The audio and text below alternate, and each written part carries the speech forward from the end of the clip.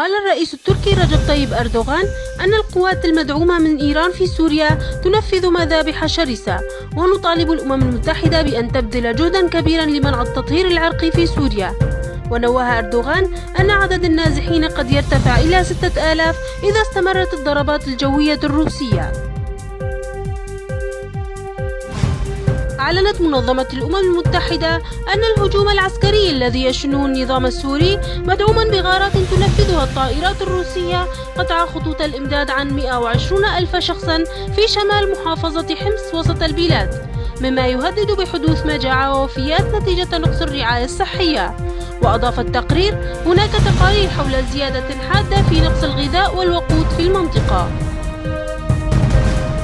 وصل سعر الدولار في السوق السوداء إلى عتبة 440 ليرة سورية، مما أدى إلى ارتفاع في سعر الذهب ليصل غرام الواحد والعشرون إلى 14,700 ليرة لأول مرة، حيث بلغ سعر الدولار في السوق السوداء إلى 430 ليرة للشراء و440 للمبيع، ليرتفع خلال يومين أكثر من 30 ليرة.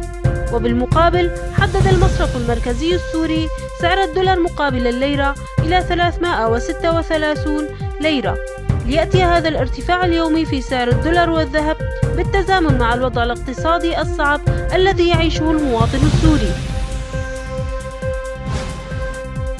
حذر رئيس الوزراء العراقي حيدر العبادي: إذا تم إرسال قوات برية إلى سوريا سيكون تصعيدا خطيرا، وذلك في تصريحات موجهة لدول عربية سنية قالت أنها مستعدة لاتخاذ هذه الخطوة.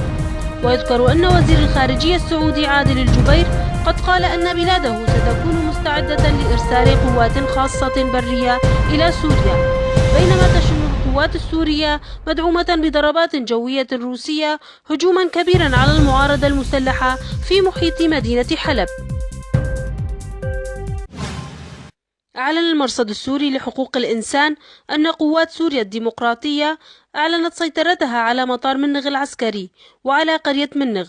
وقد نفى أحمد العمر من المكتب الإعلامي لجيش الثوار أحد فصائل قوى سوريا الديمقراطية تلك الأنباء.